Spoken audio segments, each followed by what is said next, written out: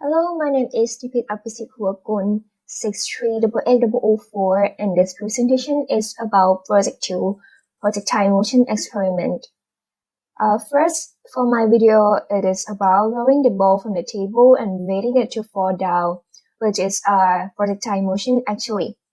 For my measurement tool, I use a measuring tape with the result 75 centimeters, but it is not clear in the clip, so I will insert you a photo of it. And sorry for my bad video quality.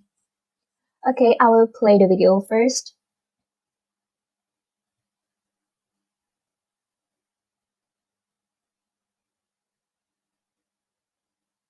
And this is my tracker tracking the ball's motion, which I choose the start and the end frame already.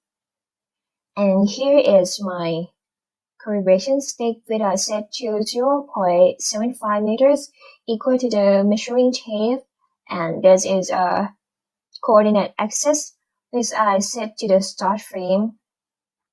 After that, I set the frame rate as 120 equal to my frame rate of the video, and then I track the ball from each frame, which I will play it for you.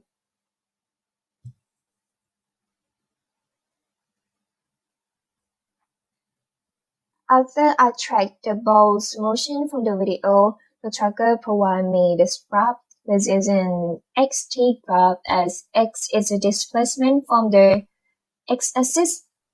As you can see from the video that I showed you before, the displacement from the x-axis is increased, so the graph should be positive.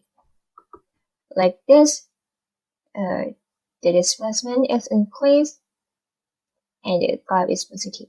I've already analyzed it, so I will skip to my analysis. Here is my xt graph. When I analyze, I choose the button analyze into the curve fit and analyze from many frames in the motion.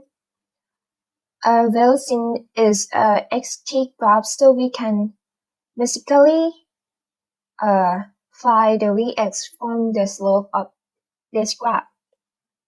And here is the line equation, so it means that A is the slope, which is value is 1.622. And because the Vx is utterly constant, so we can compare this value with the Vx that we calculating from the first t and first x from the first frame, which I will insert you the solution to calculate, and the result is 1.696. It's a little bit error, but it's so close to the Vx that we have got from the slope. So it makes me better know that the Vx should be constant. Move on to the yt graph and y and t. As you can see from the video, the displacement in y-axis is decreased from the top of the table to the ground, so the graph should be negative, like this. And I will show you the motion. Here is decreased and the graph is negative.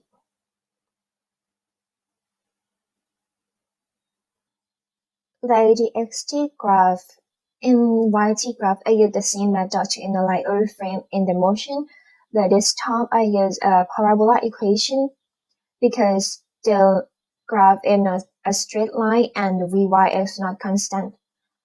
So if we compare the motion equation with the parabola equation, we can see that half of g is can take place the a value.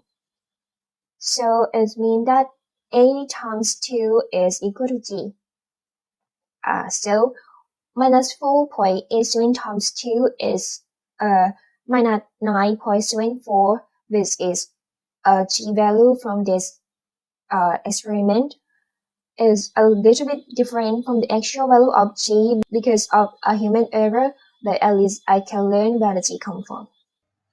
The last graph I'll show you is VYT graph, which is negative. Since VY is decreasing because of deceleration with this G. After analyzing this graph, the G value can be found by comparing the motion equation with the line equation, which I will insert that equation for you. And after that, we can find that the G value from this graph is minus 9.872, which is almost accurate.